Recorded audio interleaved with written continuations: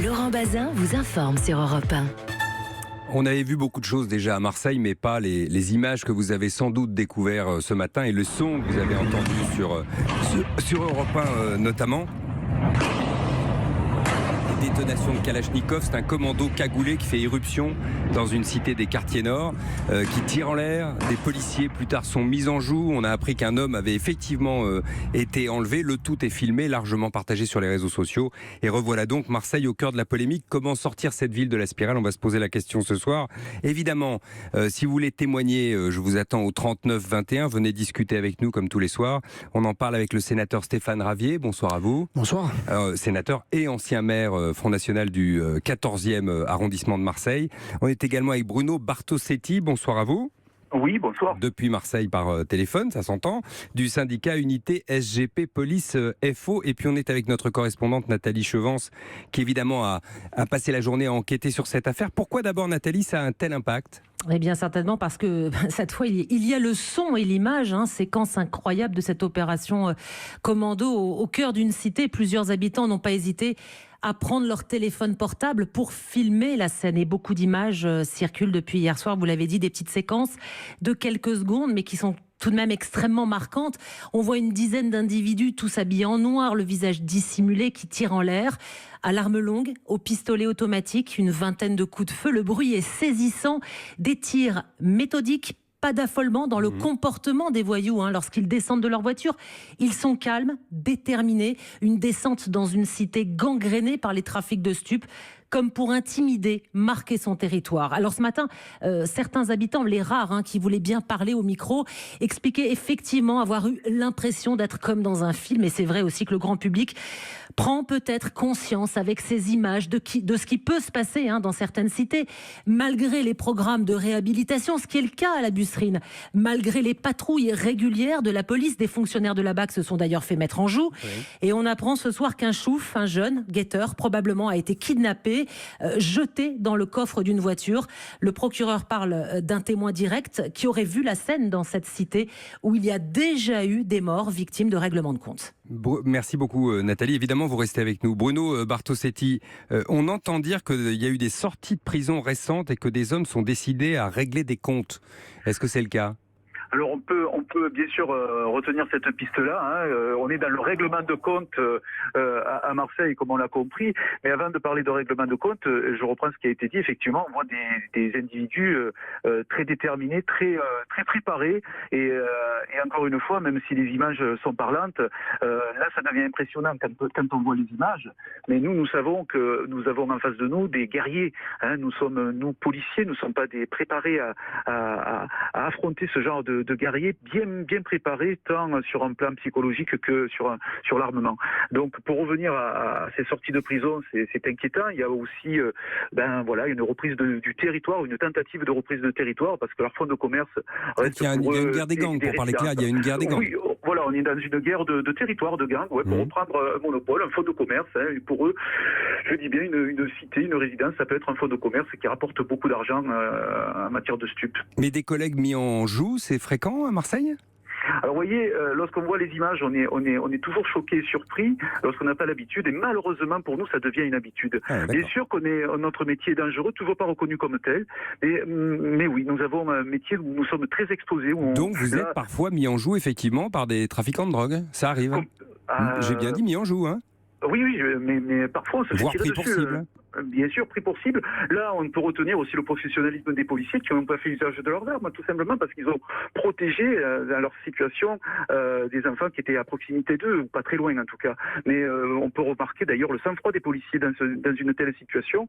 Et vous savez que nous sommes exposés. Si aujourd'hui on déplore des dizaines et des dizaines de blessés ou de policiers tués dans nos rangs, c'est parce qu'on est mis en joue très souvent dans beaucoup de situations et en matière de stupes. L'enjeu est tellement important que bien sûr des malfaiteurs n'hésitent pas à tirer sur nous. Il n'y a aucun souci là-dessus pour eux en tout cas. Stéphane Ravier, vous êtes sénateur, je l'ai dit, vous avez été donc le maire du 14e arrondissement de Marseille. Quand on est maire de ces quartiers, on se sent totalement démuni ? Est-ce que la police municipale, par exemple, est armée à Marseille ? On se sent solidaire déjà des familles qui sont prises en otage dans ces cités. quand elles ne sont pas prises en otage par les réseaux de drogue, elles le sont par les réseaux islamistes. Et l'on aimerait avoir les moyens d'agir en tant que maire.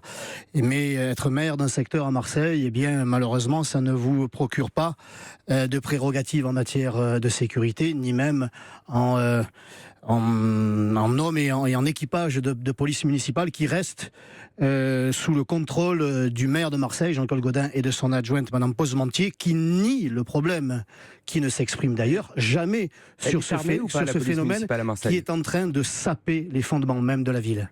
Est-ce qu'elle est armée, la police municipale à Marseille ? La police municipale a fini par être armée, oui. Jean-Claude Gaudin a fini par céder devant la pression de ses administrés et au lendemain des vagues d'attentats qui ont été commis sur notre territoire. En même temps, quand on voit ce que les braqueurs sont capables de faire, de mettre en joue des équipes de la BAC, qui sont des équipes formées, on imagine que les policiers municipaux n'ont pas grand-chose à opposer. Bien sûr, je crois que la police municipale n'a rien à faire dans les cités, mais elle pourrait accomplir des tâches qui sont accomplies jusqu'à présent par la police nationale, justement pour soulager la police nationale et permettre un renforcement des effectifs.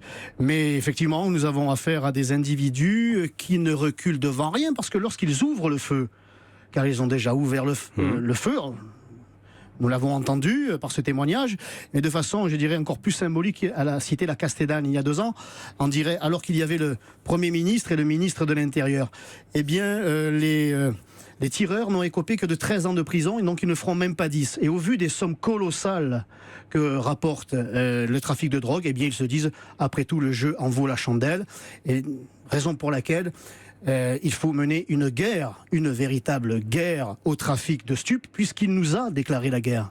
Alors, le président de la République parle justement d'un nouveau plan contre le trafic de drogue, pardonnez-moi. Samia Ghali, qui est une élue socialiste, elle, parlait d'envoyer l'armée dans les cités, comme quoi il y a parfois des combats qui se rejoignent d'une certaine manière. Mais vous me le direz, juste après la petite pause. On reste avec le sénateur Stéphane Ravier, ancien maire FN du 14e arrondissement de Marseille. On est avec Bruno Bartosetti également, le policier, et puis avec Nathalie Chevance. À tout de suite, on va savoir ce qui a été fait des renforts dont on nous a annoncé l'envoi sur place il y a 3 ans. Europe Soir, Laurent Bazin sur Europe 1. Comment sortir Marseille de la spirale ? Voilà la question qu'on se repose ce soir, parce qu'on a l'impression évidemment de se la poser malheureusement régulièrement. Et je vous le dis encore une fois, si vous voulez réagir, c'est le 39-21 pour discuter avec nous ce soir. On continue à parler avec le sénateur Stéphane Ravier et Bruno Bartosetti du syndicat Unité SGP Police FO, et puis avec Nathalie Chevance, qui est notre correspondante Europe 1 à Marseille. Nathalie, on se souvient, d'ailleurs je le signale, Gérard Collomb a annoncé des renforts, 60 hommes supplémentaires, comme Nicolas Sarkozy avant lui quand il était ministre de l'Intérieur, comme Manuel Valls quand il était Premier ministre. Est-ce que ces renforts ont donné des résultats ? Est-ce qu'on est capable de mettre des résultats sur la table ? Alors le préfet de police rappelait ce matin que depuis 3 ans, 427 personnes ont été écrouées dans le cadre de trafic de stupéfiants. 127 réseaux ont été démantelés dans les Bouches-du-Rhône. Le préfet de police explique effectivement qu'on arrive aujourd'hui davantage à élucider des problèmes, des enquêtes liées au trafic de drogue. Oui, il y a 70%, je crois, c'est le chiffre que donnait le préfet. Voilà, il y a un taux d'élucidation qui est beaucoup plus important qu'avant, parce que oui, il y a eu des renforts au sein des équipes d'enquêteurs. Maintenant, sur le terrain, il y a toujours ce sentiment qu'il n'y a jamais assez de police et qu'en tout cas, la police n'est jamais là au bon moment. Bruno Bartosetti, est-ce que vous vous sentez démuni ? Est-ce que vous dites effectivement, il y a eu du renfort et à un moment, ça a fait du bien, il y a des résultats ? Alors écoutez, on peut parler de renfort, mais enfin, il ne faut pas perdre de vue, en matière de chiffres, puisqu'on parle de chiffres, que nous avons perdu 13 700 postes de policiers et de gendarmes entre 2004 et 2012. Au plan national ? Sur le plan national, pardon. Bien sûr, après 2012, il y a eu des renforts dans la police nationale, mais il a fallu renforcer les services du renseignement, où on aspirait beaucoup de policiers en sécurité publique. Donc aujourd'hui, on nous annonce aussi des renforts de policiers à Marseille. Je prends la PSQ, la police de sécurité au quotidien, ça va être une 50aine de policiers. Bon, très sincèrement, le problème est très très important à Marseille en matière de stupes, en matière de délinquance, et les renforts sont largement insuffisants. De plus, nous, au niveau de notre syndicat, en tout cas, on sait très bien que tout ne sera pas résolu uniquement à travers ces effectifs que nous attendons. Nous attendons des réponses pénales importantes. Nous espérons... C'est-à-dire des décisions judiciaires plus rudes ?